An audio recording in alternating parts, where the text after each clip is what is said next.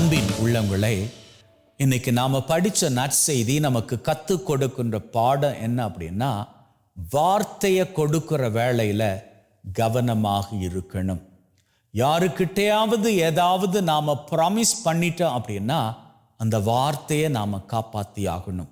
ஆனால் அதே நேரத்தில் நம்ம யாருக்கு வாக்கு கொடுக்கிறோம் என்பதில் இன்னமும் கவனமாக இருக்கணும். ஏன்னா நம்ம சுற்றி இருக்கிற எல்லாருமே, நம்ம கூட சிரிக்கிறவங்க எல்லாருமே நம்முடைய நண்பர்கள் கிடையாது. ஒருவேளை நம்முடைய நண்பர்களாக இருந்தாலும் கூட நம்முடைய வளர்ச்சியில் ஆர்வம் காட்டுகிறவர்களாக எல்லாரும் இருந்து விட மாட்டார்கள். எந்த சூழ்நிலையில் நம்ம கால்வாரி விடலாம் அப்படின்னு பார்த்துக்கிட்டே இருக்கக்கூடியவர்களாக கூட அவர்கள் இருக்கக்கூடும். ஆகவே நீங்கள் வார்த்தையை கொடுக்கின்ற பொழுது கவனமாக கொடுத்து கொள்ளுங்கள். நம்ம சுற்றி இருக்கக்கூடிய இத்தனை பேர் நம்ம கூட இருக்கிறாங்களே, நம்ம பலமாக இருக்கிறோம் அப்படின்னு நாம் நினைச்சு வார்த்தையை கொடுத்துட்டோம் அப்படின்னு சொன்னா நம்மை விட பெரிய முட்டாள் யாருமே இருக்க முடியாது. இதை ஏன் நான் சொல்றேன் அப்படின்னா, இப்படி நாம் அனுபவப்பட்டுத்தான் இப்படியெல்லாம் நாம் நடந்திருக்க கூடாதோ அப்படின்னு யோசிப்பதற்கு முதல் முளையிலேயே கிள்ளி விட்டோம் அப்படின்னு சொன்னால் நாம் கவனமாக வாழ்ந்துப்போம். நம்முடைய வாழ்க்கையில் எல்லாமே அனுபவம் தான். அப்போது எல்லாத்தையும் அனுபவிச்சுட்டே நாம் போவோமாக இருந்தால், எல்லாத்தையும் அனுபவம் அப்படின்னு எடுத்துட்டு போவோமாக இருந்தால் எப்போ நாம் வாழ போகின்றோம்? வாக்கு கொடுக்கின்ற பொழுது கவனமாக இருக்கணும். சுற்றி இருக்கிறவர்கள் எல்லாருமே நம்முடைய நண்பர்கள் கிடையாது. நண்பர்களாக இருந்தாலும் கூட நம்முடைய நல்வாழ்வை விரும்புகிறவர்கள் கிடையாது.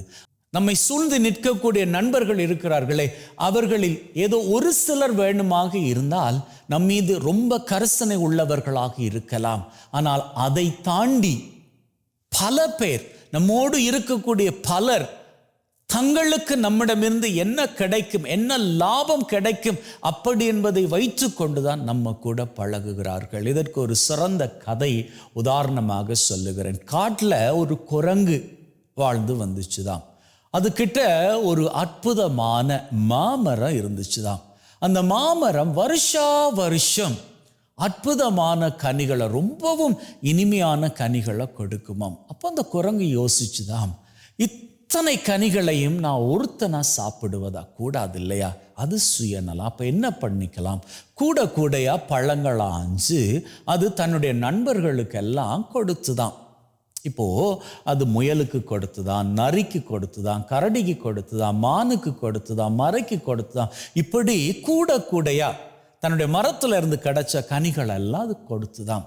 ஒரு வருஷம் என்ன நடக்குது? அந்த காட்டில் மழையே இல்லாது போய் அந்த மாபரம் சுத்தமாக கருகி போச்சுதான்.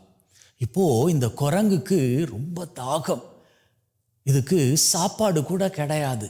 அப்போ என்ன பண்ணுச்சுது? சரி, எனக்கு தான் நண்பர்கள் இருக்கிறாங்களே அப்படின்னு சொல்லிட்டு நரியினுடைய வீட்டு கதவை போய் தட்டுச்சுதான். தட்டிட்டு சொல்லிச்சுதான், இந்த மாதிரி என்னுடைய மரம் எல்லாம் கருகி போச்சுது, எனக்கு ரொம்ப பசிக்குது, எனக்கு ஒரு கிளாஸ் தண்ணி கொடுக்குறியா அப்படின்னு சொல்லி. அதுக்கு உடனே அந்த நரி என்ன பண்ணுச்சுதான், என்கிட்ட தண்ணியெல்லாம் கிடையாது அப்படின்னு சொல்லி அந்த கதவை ஓங்கி அடிச்சுதான். அப்போ தான் இந்த குரங்குக்கு புரிஞ்சுதான், என்னை சுற்றி இருந்த நண்பர்கள் எல்லாருமே என்னுடைய உள்ளத்திற்காக வரல, நான் கொடுத்ததை வாங்கிக்கிறதுக்காகத்தான் வந்தாங்க. இப்போ என்கிட்ட கொடுப்பதற்கு எதுவும் இல்லை, எல்லாருமே என்னை விட்டு தூரமாக போயிட்டாங்க. அன்பின் உள்ளங்களை, உங்கள் கூட பழகிறவங்க எல்லாருமே உண்மையாக பழகிறார்கள் அப்படின்னு சொல்லி தப்பாக எடை போட்டுறாதீங்க. அப்படி தப்பாக எடை போட்டு உங்களது வார்த்தைகளை நீங்கள் கொடுத்துடுவீங்க அப்படின்னு சொன்னால் கடைசியில் நீங்கள் ஒரு வேளையில் நடுத்தெருவுக்கு வந்தா அது உங்களது பலவீனம். அந்த பலவீனத்தை அவர்கள் கரெக்டாக பயன்படுத்தி உங்களை அவர்கள் மிதித்து விட்டு போவார்களாக இருந்தால் நீங்கள் அவர்களை குறை சொல்ல முடியாது. கவனமாக இருந்து கொள்ளுங்கள். இன்னைக்கு ஏரோது ஒரு வார்த்தை கொடுத்தான். அவன் சந்தோஷமாக இருந்தபடியினால் ஒரு வார்த்தை கொடுத்தான். கேள் மகளே, உனக்கு என்ன வேண்டும்? அவனுடைய வார்த்தை திருமுழுக்கு யோவானின் தலையே காவு கொண்டதல்லவா? திருமுழுக்கு யோவானின் வாழ்க்கையை பறித்து விட்டதல்லவா? அப்பேற்பட்ட நிலை நம்முடைய வாழ்க்கையில் நமக்கு வேண்டாமே. நாம் நம்மை சுற்றி இருப்பவர்களை நேசிப்போம். அவர்களுக்கு நம்மால் கூடுமானவற்றை கொடுப்போம். ஆனால் அவர்களிடமிருந்து நாம் மீண்டும் எதிர்பார்க்கக்கூடிய அன்பை அவர்கள் கொடுக்கல அப்படின்னு சொன்னால் நாம் உடைந்து போகாத படிக்கு நம்முடைய வாழ்க்கையை நாம் எப்பொழுதும் பலப்படுத்திக் கொள்வோம். ஆகவே வார்த்தையில் கவனமாக இருப்போம், நம்முடைய நட்புறவில் கவனமாக இருப்போம். அப்படி வாழுகின்ற பொழுது நம்முடைய வாழ்க்கை ஒருபோதும் அமைதியை இழந்ததாக இருக்கவே இருக்காது. எனவே இதனை அறிவுரையாக அல்ல, மாறாக அன்பின் கூற்றாக எடுத்துக்கொண்டு வாழ்வை விவேகத்தோடு வாழ்ந்து கொள்ள வாழ்த்துகிறேன். ஆமென்.